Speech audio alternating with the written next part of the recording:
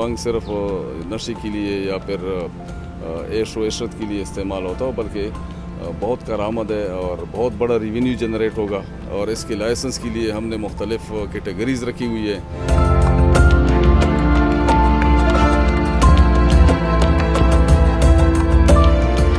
जी बिल्कुल, इस वक्त हमारे साथ खैबर पख्तूनख्वा के जो वज़ीर ज़राअत है सजाद बारकवाल साहब, वो हमारे साथ मौजूद है और उनसे बात करेंगे कि हालिया खैबर पख्तूनख्वा काबीना ने सूबे में बंग की काश के हवाले से जो है वो पॉलिसी तरतीब दी है और इस हवाले से मंजूरी भी दी गई है कि आगे जो है इस पॉलिसी में क्या होगी और इस पर वर्किंग कहाँ तक हुई है, तो इनसे बात करेंगे। ये आपके इल्म में होगा कि जब हमारी वफाकी हुकूमत थी पाकिस्तान तहरीक इंसाफ की, तो उस वक्त भी ये इनिशिएटिव लिया गया था और इसके ऊपर बहुत काम हुआ था।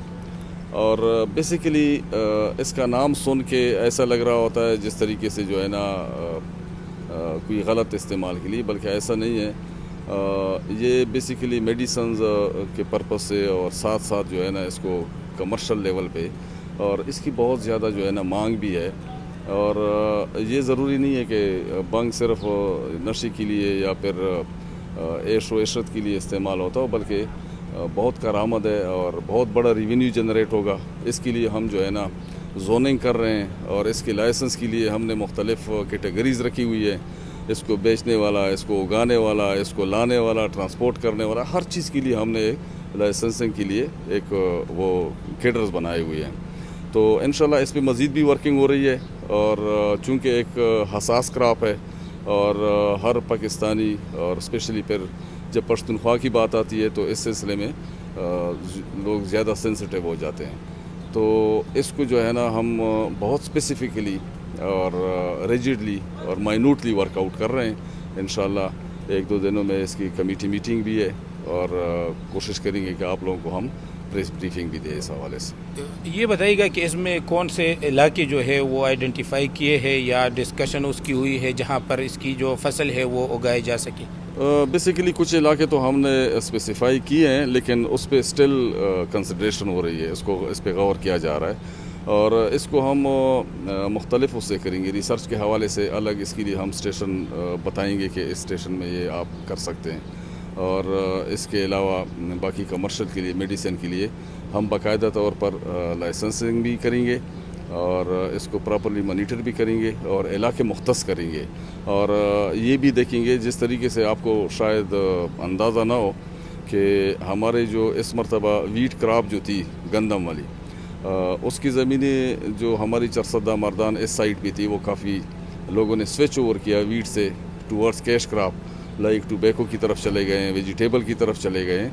तो उस एस्पेक्ट को भी हम देखेंगे कि चूँकि हाई वैल्यू क्रॉप है तो ऐसा ना हो कि वो रेशियो ख़राब हो जाए। तो इस सब चीज़ों को हम देख रहे हैं इंशाल्लाह। तो कहा जा रहा है कि जो कबायली अजला है जिसमें खैबर से लेकर वज़ीरिस्तान तक जो है वो इस फसल के लिए काफ़ी मौजूद जो है जगह करार दिया जा रहा है, तो इस पे भी हो रही है वर्किंग? इस पे तो पहले से वर्किंग हो चुकी है, क्योंकि वर्किंग मींस के हमारे पास ऐसे एविडेंसेस हैं जिस एरिया में ये बहुत फीजिबल है इनकी जो है ना बोइंग। लेकिन कुछ और इलाके भी हैं जहाँ पे इस वजह से नहीं हो रहा था कि चूँकि इसके बारे में कोई कानूनसाज़ी नहीं थी।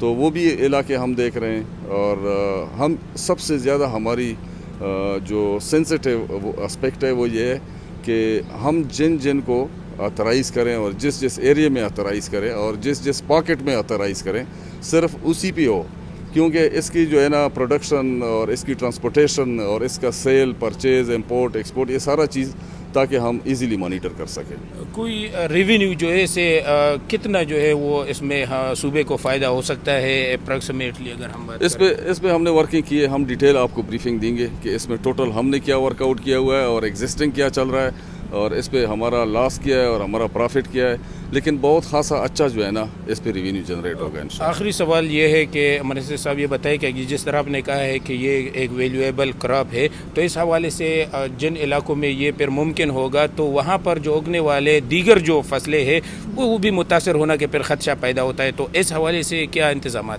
एग्जैक्टली ना, यही हमारा जो सबसे सेंसिटिव एस्पेक्ट है एग्रीकल्चर के हवाले से تو ہمارا یہ ہوتا ہے کہ جب بھی کوئی ہائی ویلیو کراپ جب آ جاتا ہے, کوئی اچھی سی ویرائٹی آ جاتی ہے, ایک ایریا میں فیزیبل ہوتی ہے, تو اس کو ہم دیکھتے ہیں کہ آیا اس سے ہماری جو مین کراپس کی جو ریشیو ہے وہ ڈسٹرب تو نہیں ہو رہی ہے. اگر ڈسٹرب ہو رہی کس حد تک ہو رہی ہے, اس کو ہم پھر جو ہے نا, ابھی ہمارے پاس دیکھیں نا ایگریکلچر لینڈ ہے ہماری. ایک تو ہے جو ایگریکلچر لینڈ ہے جس پہ کاشت بھی ہو رہا ہے اور آلریڈی سب کچھ ڈیولپ ہو چکا ہے. ایک ہمارے پاس ایسی لینڈ ہے جو کہ ایگریکلچر کے لیے استعمال تو ہو سکتی ہے لیکن وہ ڈیولپ نہیں ہے. تو ان ساری چیزوں کو ہم جو ہے نا, اگر ہمارا بہت زیادہ ایریا اس طرح کور ہو جائے اسپیشل یا ہائی ویلیو کراپس میں, تو پھر اس کے لیے ہم جو ہے نا, ہمارا الٹرنیٹ یہ ہوتا ہے کہ جو ہمارا کلچریبل ویسٹ لینڈ ہے اس کو ہم پھر جو ہے نا ڈیولپ کرتے ہیں تاکہ اس کی کمی کو پورا کیا جائے.